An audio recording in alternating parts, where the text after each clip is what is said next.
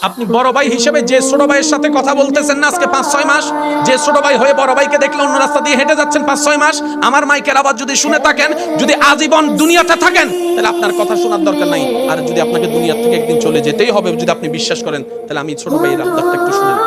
বড় ভাই ছোট ভাইয়ের কাছে যান, ছোট ভাই বড় ভাইয়ের কাছে যান। যে আগে যাইতে পারবে তার গুনাহ মাফ।